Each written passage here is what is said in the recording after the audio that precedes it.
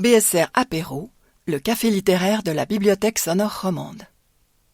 Bonjour, je m'appelle Didier, je suis blond aux yeux bleus et récemment retraité depuis quelques mois de l'enseignement. Et il est mince. Moi je suis Maurice, je suis pas mince, des longues jambes et des longs bras, et puis un petit peu de bide, parce que je suis plutôt gourmand. Voilà. Bizarrement, j'ai encore les cheveux blonds, mais la barbe est grise depuis au moins 15 ans. Il est plein d'humour. Et il a des yeux qui pétillent. Bonjour, je m'appelle François, je suis géologue. J'ai 2 yeux bleus qui m'ont beaucoup servi, mais depuis 15 jours, il y en a un qui me lâche un peu. Et les grands voyageurs. Et incollable sur la culture des Dogons en Afrique.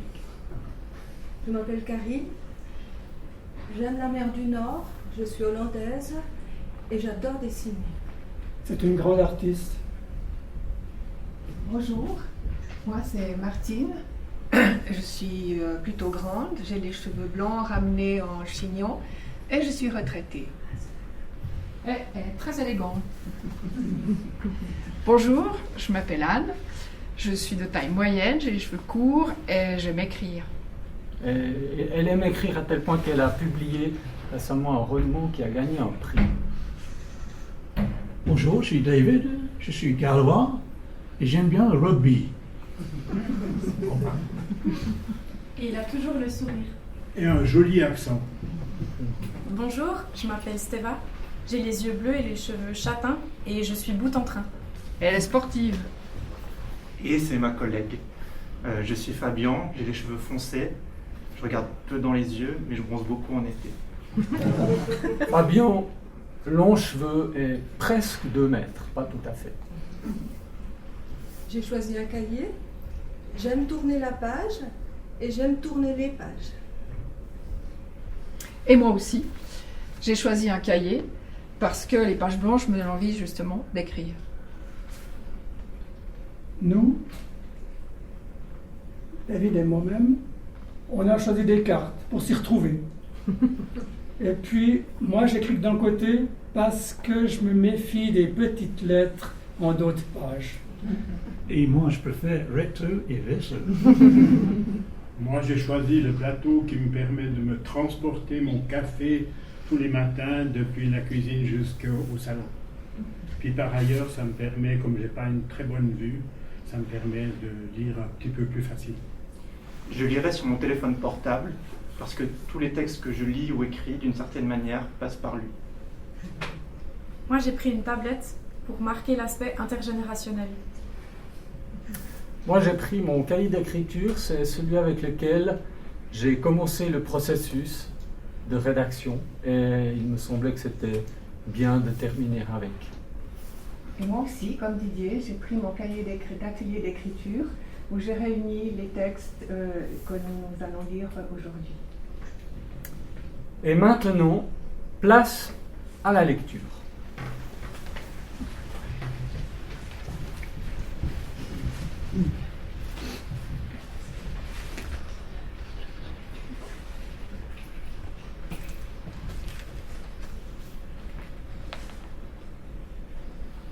Les animaux. Les animaux.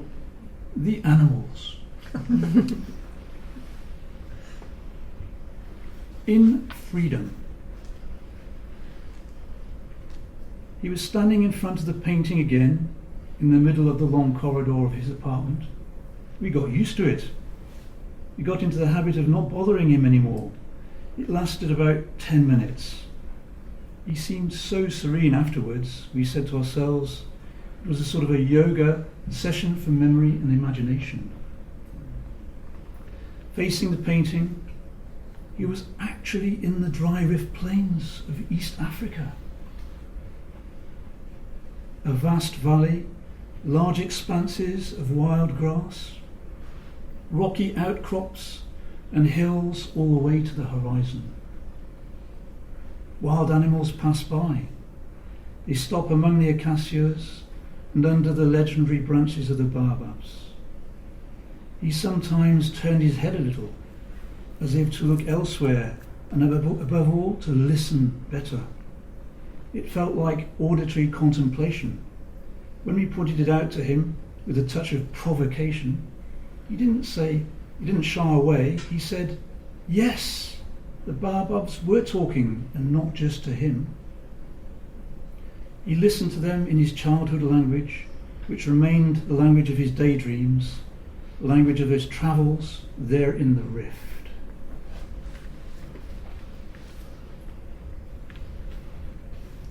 Dans l'assiette.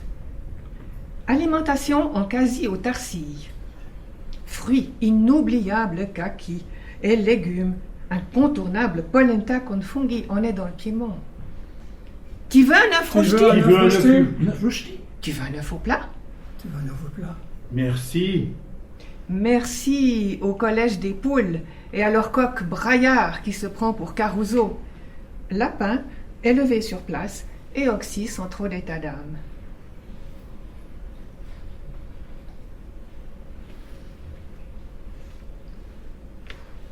En cage. Dans cet appartement, nous avions un canari, dans une grande cage fermée, avec des plaques de verre amovibles, fabriquées par mon père. Le canari était sympa, mais il n'aimait pas le pasteur. Quand il nous rendait visite, il fallait couvrir la cage. Sinon, farfadait, piaillait et se jetait contre les vitres. Il devait sentir la commisération de l'homme d'église qui venait visiter ses pauvres. J'adore le cirque. J'adore le cirque. J'adore le cirque. J'adore le cirque depuis tout petit. Et ça ne s'est jamais démenti. Même les cirques miteux, où les animaux et les humains sont fatigués, où l'éléphant fait toujours le même numéro, où les clowns sont grossiers, où on craint que les acrobates se cassent vraiment la figure. Je connais la polémique. Les animaux n'ont pas choisi. Les animaux n'ont pas choisi. À une représentation du cirque Nock, le numéro de dressage de fauves était particulièrement intense. Un des fauves n'arrêtait pas de rugir, de montrer sa mauvaise humeur au dompteur. Et celui-ci, en clôture, va vers ce lion, lui ouvre la gueule et met sa tête dans sa gueule. Rentré chez moi, j'ai prié plusieurs soirs intensément pour que le lion ne la ferme pas. D'autant plus que moi, gamin, je ne supportais pas quand le médecin voulait voir mes amygdales. Je m'entraînais avant qu'il arrive avec une cuillère à la maison. Dans l'écurie, j'avais 5 ans lorsque mon pépé est mort. 7 ans plus tard, j'allais perdre mon nouveau compagnon, Bijou, avec qui je partageais mes chagrins. Une fois sur place, c'est à moi que le vétérinaire s'est adressé. Me regardant les yeux dans les yeux, il m'a dit d'un ton très sérieux: Ton cheval, on va le sauver. Oui, il a dit, ton cheval, on va le sauver. Il est venu chaque jour de Payerne et Bijou s'en est sorti. Désolé, Bijou, j'étais mal jugé sur le moment, imputant cette crise à ta gourmandise. La vérité m'a sauté aux oreilles, puis aux yeux, au retour de l'école, le mardi suivant ta remise sur pied. D'abord par un bruit de moteur, inconnu pour moi, et ensuite en découvrant, devant la maison, dans la cour, un engin nouveau, le tracteur Ferguson. Tout neuf, affichant orgueilleusement ses 2 couleurs. Beige dessus le capot, saumon dessous. juché sur 4 roues, dont celle à l'arrière surtout, avec ses gros crampons, m'impressionnait. Mais oui, la raison de ton mal intérieur, Bijou, c'était cette machine. Avec son irruption dans la ferme, tu t'es senti mise au rencard, comme les travailleurs de l'horlogerie ou ceux de l'imprimerie dans leur domaine respectif. La mutation était en marche. Plus question de laisser la nature dicter le rythme des interventions humaines. Agir au contraire sur elle, la soumettre. In conclusion, filiation has allowed our species to survive, thrive, expand and grow perpetually, populating this earth, nourishing Mother Nature to ensure its survival, adapting to each year, each century, bringing changes, climatic, geological, generational. So, Longneck, your family will be ever famous, never tamed, meandering through these lands, our lands, to graze, to love, a new birth, perpetual generations to come.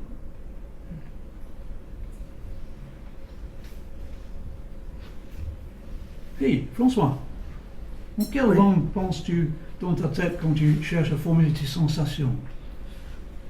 En fait, je pense en aucune langue. J'ai des flashs.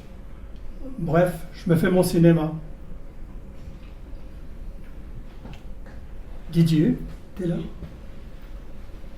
L'histoire dramatique que tu racontes, qui t'a touché toute ta vie, c'était à Lausanne, n'est-ce pas? Oui, c'était à Lausanne, pas loin d'ici, en haut de la rue de Bourg. Sur la gauche, il y avait un magasin qui s'appelait Les Jouets Weber. Et je me souviens de cette très haute vitrine qui descendait bas aussi. Ça me permettait de m'appuyer sur le granit et puis d'avoir la vision sur tous les jouets qui étaient exposés. Je garde un très bon souvenir de ça. Dis Maurice, Oui. est-ce que tu as trahi la vérité dans ton texte? Non, pas du tout, c'est vraiment ce qui s'est passé. La seule petite entorse, c'est mon interprétation sur les raisons de la maladie du cheval. Et toi Martine, ils sont vrais tes personnages? Oui, absolument, ils sont vrais, ils sont totalement autobiographiques. En fait, j'ai retracé l'histoire de mes grands-parents paternels. Et maternels, mais là, en l'occurrence, paternels. Et toi, David, est-ce que tu as suivi ton père dans le Rift? Oui, souvent, j'aime bien les rafts et les volcans. Dis Karine, Oui. comment t'es venue l'idée d'écrire sur ce sujet? Moi, j'ai des insomnies et je me promène la nuit.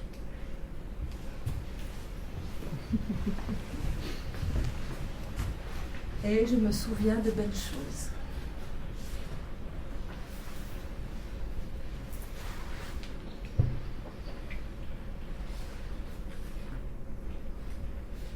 Assise à son bureau, Claire corrige les copies d'un devoir que ses élèves lui ont rendu la veille. Mais elle a de la peine à se concentrer. Elle s'interrompt souvent. Elle est distraite. Le même jour, 10 ans plus tôt, à cette heure-là, précisément, elle apprenait le décès de sa mère, qui allait bientôt fêter son 90e anniversaire. C'était un jeudi. Elle avait congé. Elle s'était annoncée à l'EMS pour le repas de midi. Elles avaient passé l'après-midi ensemble. Claire l'avait trouvée fatiguée, pas en forme. D'ailleurs, elle n'avait presque rien mangé. Il ne faut pas la forcer, avait dit l'infirmière. D'ailleurs, depuis ce matin, elle est peu bien. Claire n'avait pas insisté. En partant, elle lui avait promis. « Je reviendrai bientôt !» Le soir même, elle recevait un appel de l'infirmière. « Votre maman nous a quittés. »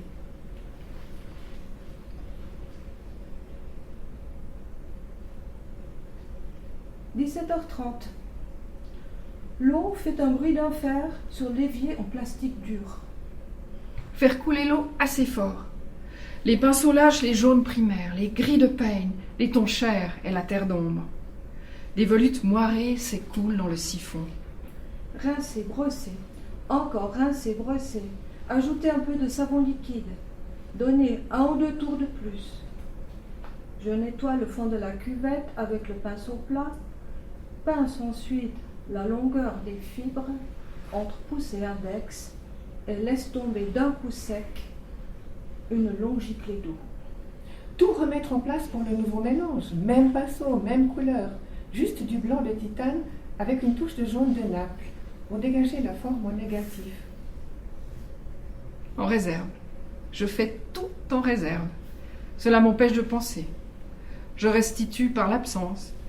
Je rends présente leur absence. Maartje, Cornelia, Neeltje, Cato. 1932, à la plage de Hoek van Holland. Elles sont réelles. Le temps liquide. Écrire debout dans l'inconfort, il fait sombre. Je vous parle dans votre temps du passé, femmes à la plage, si proches, si différentes. Avons-nous quelque chose à nous dire ?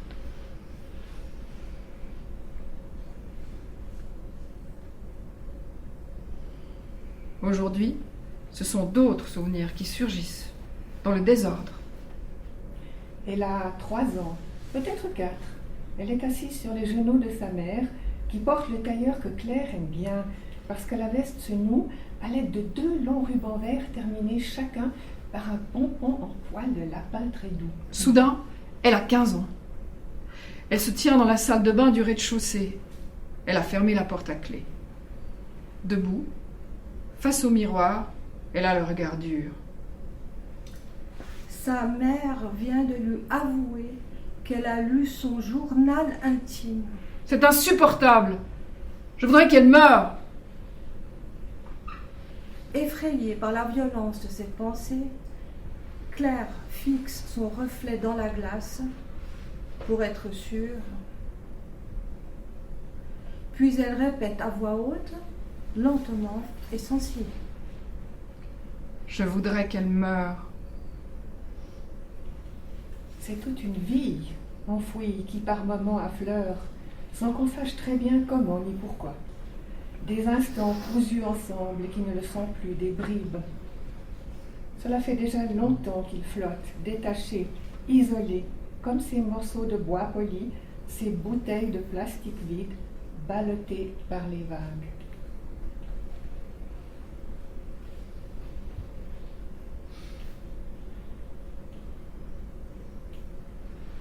Appuyée contre mon évier, je lève les yeux pour me regarder dans le miroir. Un de ces hauts et étroits miroirs en pied que j'ai acheté l'année passée. J'ai un petit choc en voyant cette silhouette à côté de mon visage. Tournée vers moi, dans la lumière blanche des grandes fenêtres, avec l'effet de la perspective rendue par la profondeur de la pièce, sa forme se détache. Nous sommes très proches.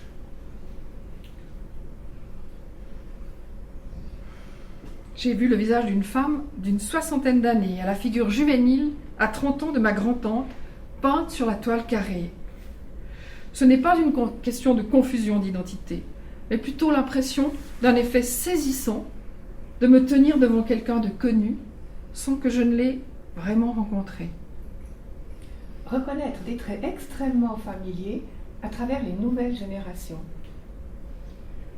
Avec Anna, ma fille, les enfants de ma sœur, ceux de mon frère et mes nièces.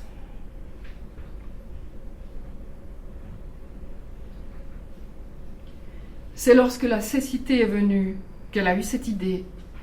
Dégénérescence maculaire, irréversible, liée à l'âge.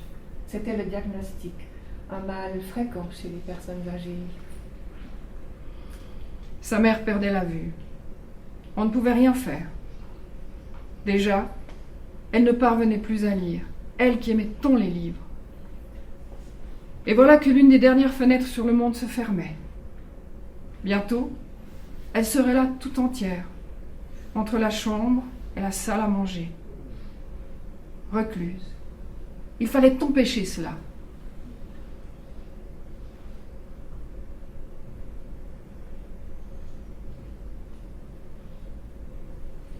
« 21h45. Il fait encore jour et la nuit est prête à tomber. 23h40. Un nouveau cahier. 2h20. Cela fait de longues minutes que je suis debout. Je sens le carrelage froid sous mes pieds. Au milieu de la cuisine, une tisane à la main.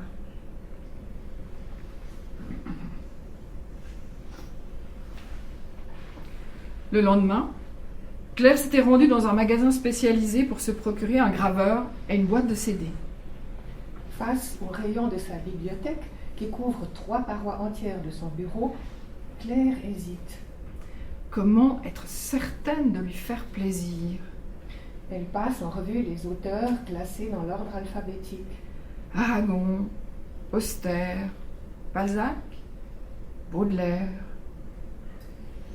Les premiers essais avaient été laborieux. Il avait fallu recommencer plusieurs fois. Elle lisait trop vite ou trop lentement, butait sur des mots simples, mettait trop de ton ou pas assez. La mise au point avait mis du temps. Et une fois que Claire eut trouvé sa voix, tout s'était bien déroulé et le roman avait été enregistré rapidement. Le dimanche à 11h, le disque était prêt. Claire l'avait emballé dans un papier de soie rouge, entouré d'un ruban vert, avant de le glisser dans son sac et de partir pour l'EMS passer l'après-midi avec sa mère.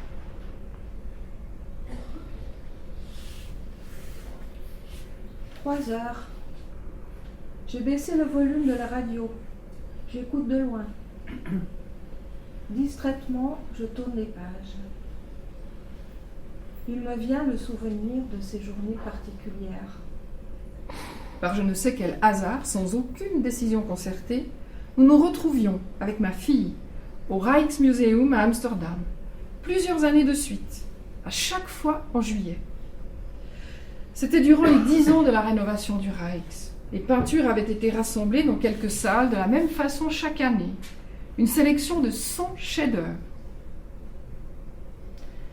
Nous sommes toujours très émus devant la femme en bleu lisant une lettre, absorbée dans sa lecture, sa silhouette solitaire découpée en clair-obscur. Je suis suspendue à sa respiration, à son léger sourire.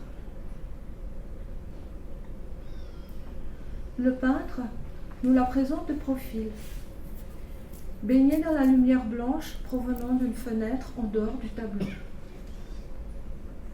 Celle-ci éclaire son front et ses yeux baissés sur la lettre, nous amène au bord rabattu de la feuille de papier qu'elle tient contre ses mains, puis sur sa collerette blanche, jusqu'à la douceur un peu floue du bleu outre-mer satiné de sa cape, en partie dans l'ombre, à contre-jour contre une vaste carte de la frise hollandaise à l'arrière-plan.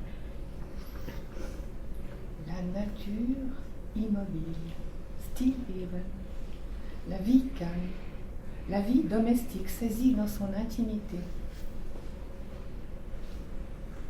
Sur le bord de la table, quasi invisible à l'œil nu, comme si la jeune femme venait tout juste de la recevoir, je remarque une petite bourse en soie bleu-gris entrouverte et un collier de perles. Je comprends subitement la raison de la lettre et du sourire. Il faut que je le dise à ma fille.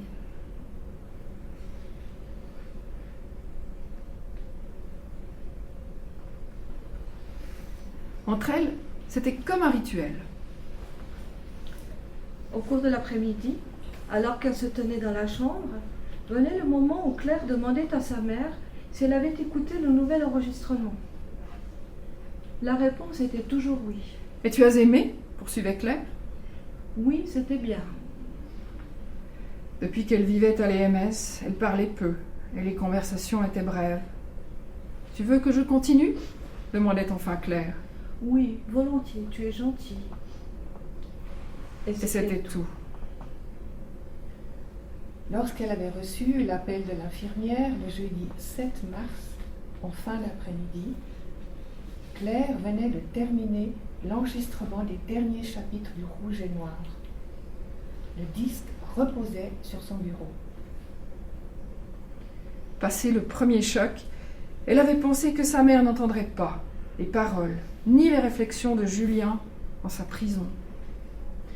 Sans qu'elle comprît très bien pourquoi, cette pensée l'avait attristée. «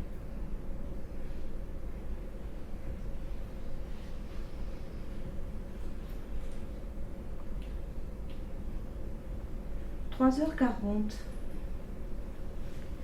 La pénombre s'est enroulée autour des rideaux, des plantes, des surfaces, journaux, livres, tissus, tapis, murs, et me recouvre maintenant d'un voile brun bleuté et flou.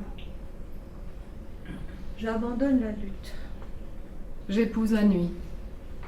Ouvrir la fenêtre. Sentir l'air frais. 4 heures. 4 heures déjà. 4h00.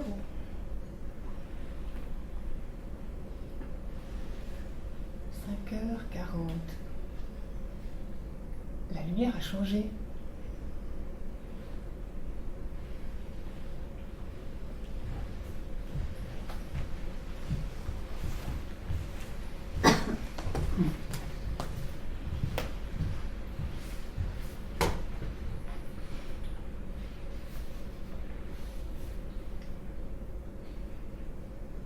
Son cri retentit dans la petite chambre d'hôpital. Et c'est soudain comme si ma vision du monde venait de changer. Mon cœur semble être sorti de ma poitrine pour aller battre dans celle de mon fils. Je le détaille. Les mêmes yeux que moi, identiques à ceux de son arrière-grand-père, aux couleurs de la famille. Un même regard, un hommage, ce sera Armand pour Armando. Devenir mère. Comment devient-on mère ? L'interrogation éteint soudain toute la lumière de la pièce. Le sol tente de m'avaler. Et puis je t'observe. Toi, père, déjà, ça se voit. Tu le serres fort contre toi, comme pour lui dire « Tant que je serai là, je veillerai sur toi. Et même après ça, je vivrai à travers toi. » Des gestes semblables, mais aussi des expressions, des habitudes, des passions partagées et des défauts identiques. Un peu de moi qui, à jamais, fera partie de toi. Et soudain, la lumière revient. Devenir mère. Il n'y a pas de réponse à cette question. Sa mère ne lui en voulait plus. En fait, jamais elle ne lui en avait voulu. Tout ça pour elle était terminé, n'avait même pas commencé. Il avait fallu punir, mais ce n'était pas un mal. Simplement, c'était comme ça. D'ailleurs, elle ne s'en souvenait pas des coups. Mais non plus du reste. Leurs habitudes n'avaient pas changé. Au plus fort de l'après-midi, elle continuait d'emmener son fils au cimetière pour lui enseigner les tombes. Une fois le portail ouvert, toujours la même cérémonie. Ses mains ne touchaient plus, se contentaient de relier les stèles du doigt pour figurer les liens. Là un cousin, là une tante, là son frère qu'elle n'avait pas connu. De ses leçons, mon père ne retenait que le geste, le mouvement de la main, cette danse qui fait revivre les morts. De là le souci des mains qu'il ne quittera pas. Elles qui travaillent les choses, elles aussi qui marquent les corps qui sont la terre. Et si quelque chose comme la famille pouvait exister, ce ne pouvait être qu'à la croisée des mains. Mains, Celle de ma sœur. frêles et précises, les doigts tordus, juste assez pour pincer. Celle de mon oncle. Pour lesquels le meilleur savon ne peut rien, le noir sous les ongles ne partira plus.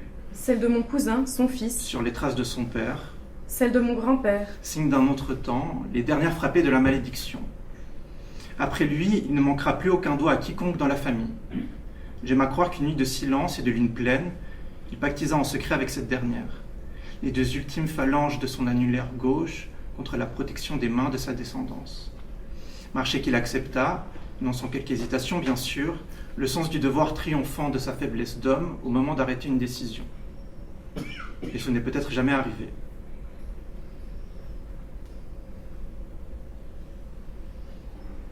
Celle de ma mère. L'une souvent brûlée, l'autre toujours occupée. Celle de mon oncle. Machine ne communiquant avec moi qu'en broyant les miennes. Celle de mon grand-père. Qui, à la maison, lorsqu'elle ne s'appliquait pas à boucher les trous de la flûte qu'elle venait de fabriquer, cultivait la regrettable habitude de se propulser à grande vitesse à travers l'espace avant de s'écraser volontairement contre le corps de ses enfants. Mais parfois aussi désignait les étoiles.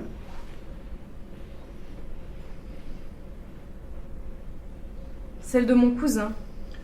10 doigts, mais pour combien de temps? Celle de ma tante. Agitée. Celle de ma grand-mère. Que je vois fouiller dans un tiroir plein de clés et de confusion, et qui, avec la plus douce sincérité, me tend un magazine paroissial vieux de 12 ans. Tu aimes lire, n'est-ce pas?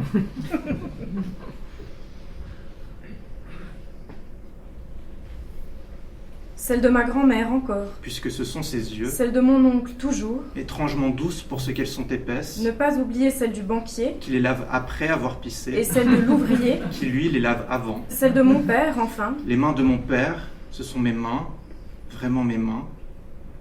Les mains de mon père ont-elles un jour touché un loup?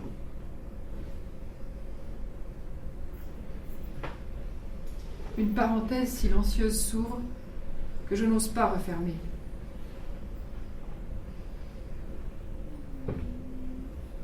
Je détaille les moindres expressions. Prends le temps d'observer chaque personne présente aujourd'hui. De mémoriser chacun des regards qui sont eux, tous braqués sur moi. Les yeux ne savent pas mentir. Je sais ce que les miens disent en ce jour particulier. La marche nuptiale résonne sur les falaises, termine en écho dans ma poitrine. Le soleil se couche, l'air est chaud, presque sucré. Une grande inspiration. Un pied devant l'autre, c'est tout ce que tu as à faire, Ina. J'entends glisser la traîne de ma robe, elle suit chacun de mes mouvements. Mon œil m'emboîte le pas, je relève la tête et plonge dans son regard parsemé de givrures. Ils sont identiques aux miens. Oh, che di ghiaccio. Comme on dit chez lui. Des yeux qui ont vu la mort, des yeux qui étaient encore ceux d'un môme forcé d'accepter la réalité, sans compte de fait. Des yeux qui ont tant pleuré qu'ils ont fini par délaver la douleur. Elle ne s'estompe jamais complètement, on en perçoit encore la couleur, mais elle ne tache plus. Des yeux qui, au travers des larmes, se sont reconstruits un passé et ont à nouveau brillé et ri. Des yeux qui, aujourd'hui, sont témoins de ce qu'ils n'auraient pas pu prédire, mais qui les rend fiers. Les yeux ne savent pas mentir. À partir de là, le récit s'effrite. Il sourit, je crois. On ne peut jamais être vraiment sûr de ces choses-là. Je ne sais pas ce qu'il ressent. Du silence. Non, il parle, oui. Puis il pense. Il se dit, ce ne sont pas les choses qui nous font pleurer, jamais. Toujours les mots. Et les mots qu'on met sur les choses. Et alors les grandes tristesses que l'on envie parfois aux autres. L'effroyable certitude que c'est fini, enfin que ça commence. Parce que vieillir, vivre sous le ciel, c'est voir les siens partir ou partir soi-même. Et qu'aucun des sorts n'est vraiment préférable. Il le voit saigner, mais pas de douleur. Je ne sais pas s'il le comprend. Et puis plus rien. Pas même le bruit que ça fait quand c'est la nuit. Rien d'autre que les mots et de mauvais traits d'humour que j'aurais voulu d'esprit. Faible récompense. Main, quel drôle de son.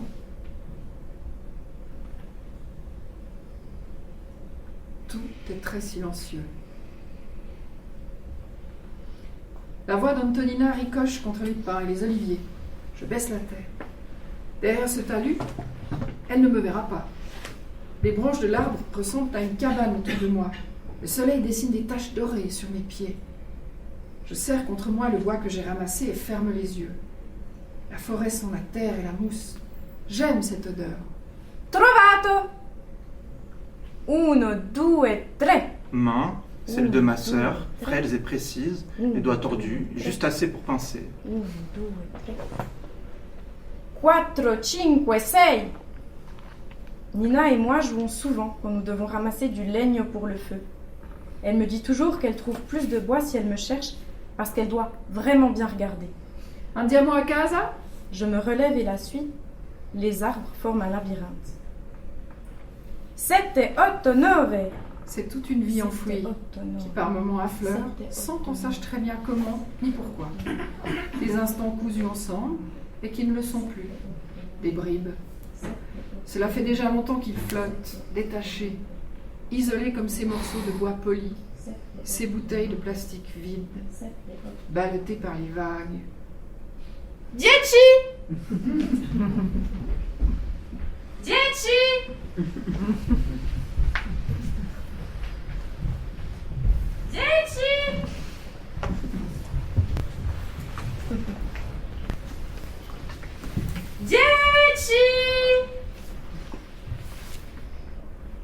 Fabien, j'ai une question pour toi. Comment est-ce que tu as choisi les extraits que tu nous lis aujourd'hui?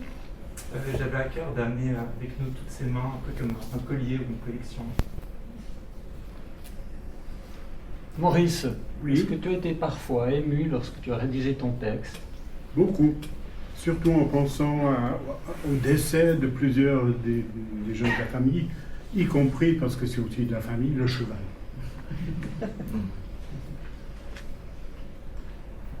Martine, tu as fait référence une fois ou l'autre à des photos, même un album de photos.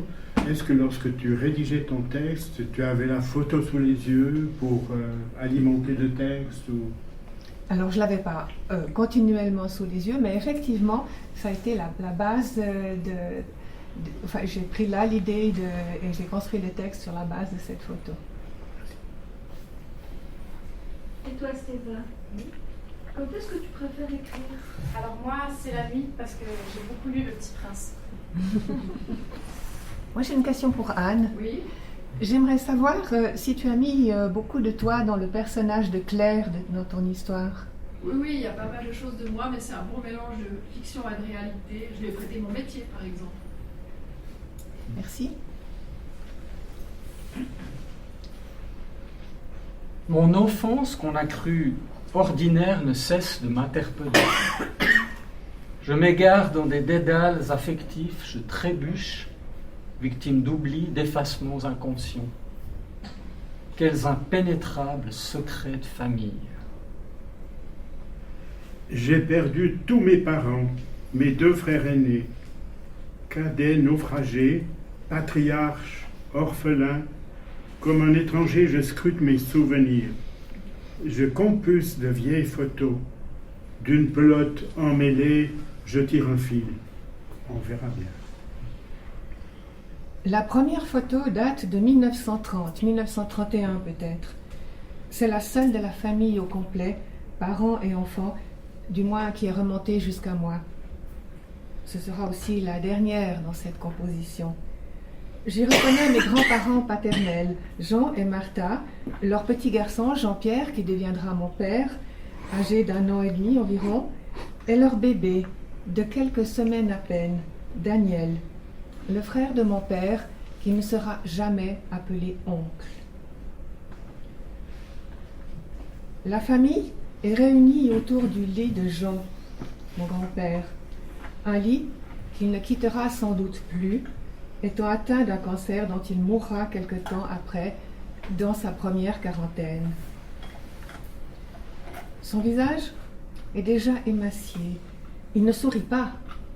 Il fixe l'objectif avec attention et retient d'une main son aîné.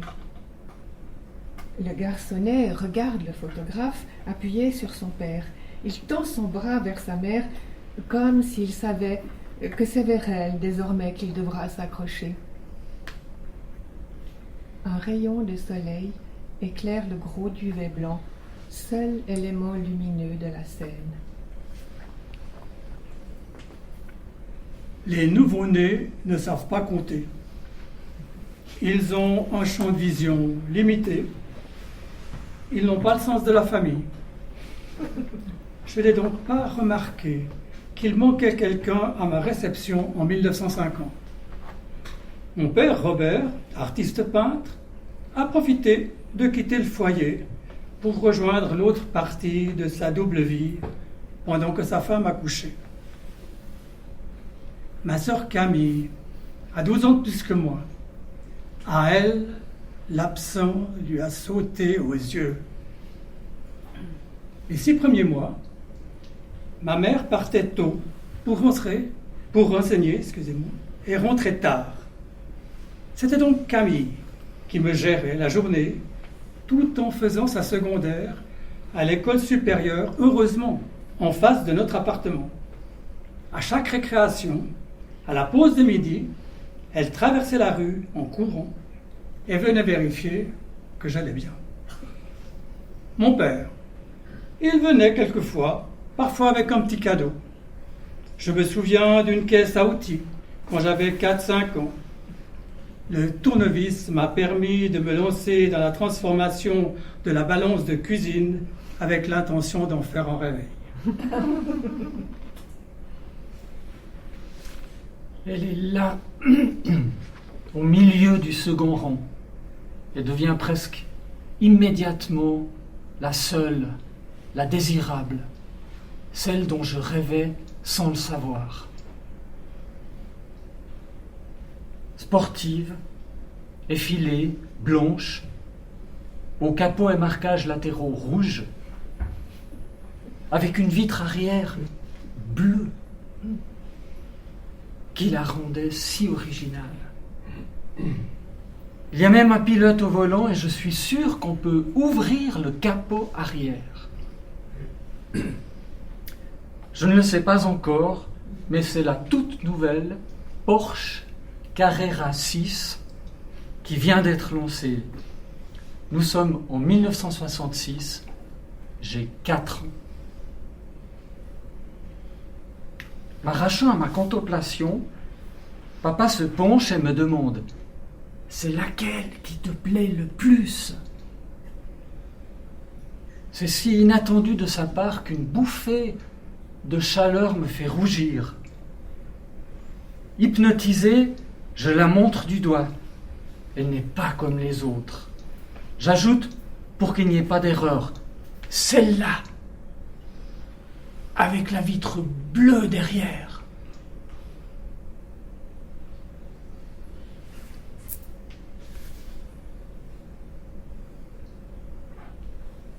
En le voyant ressortir, je m'avance vers lui, les yeux fixés sur sa main.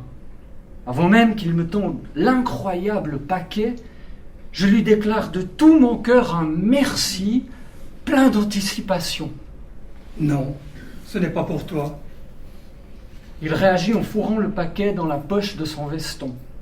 Interdit, je retire mes mains et garde le silence comme si j'avais fait une bêtise. C'est un coup de fouet au visage.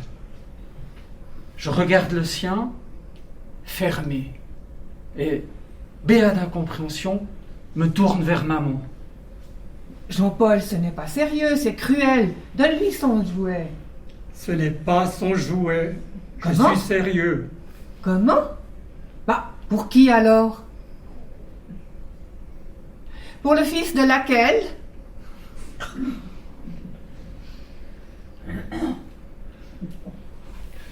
Aujourd'hui, ce sont d'autres souvenirs qui surgissent dans le désordre. Mais moi, je suis à l'âge où l'on pense d'abord à s'amuser. Comme la plupart des petits mâles de mon âge, je suis un vrai passionné d'art militaire et de ses accessoires belliqueux. Xiao Lozing me déniche dans le Galetas un magnifique étui à revolver.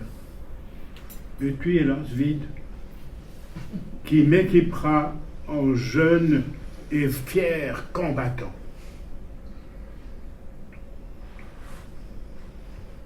À 17 ans, je travaillais comme gardien à Bellerive-Plage. J'étais sur ma vigie quand un jeune de mon âge m'apostrophe. On a le même nom. Votre père ne serait-il pas peintre ? Oui. Le nôtre aussi. Nous avons saisi cette occasion pour faire le point. Nous sommes au moins 5 frères et une sœur. tu ne voudrais pas essayer, encore une fois, de connaître ton vrai père?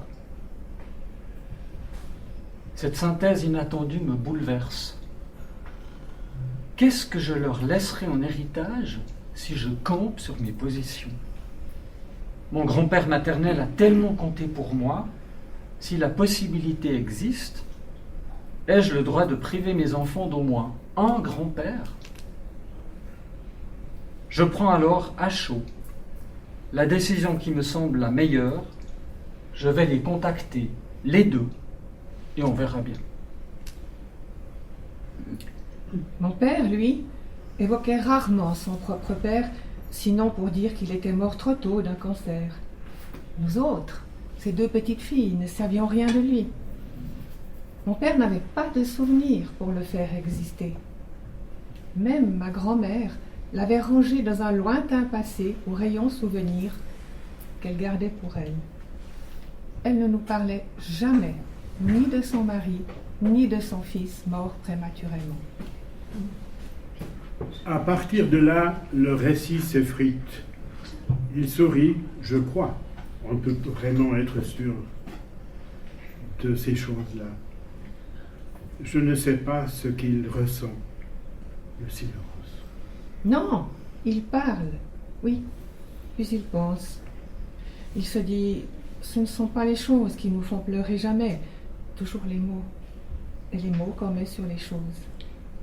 Et alors, les grandes tristesses que l'on envie parfois aux autres, l'effroyable certitude que c'est fini, enfin, que ça commence.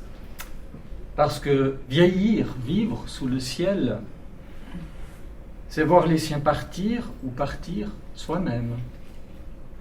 Et qu'aucun des sorts n'est vraiment préférable.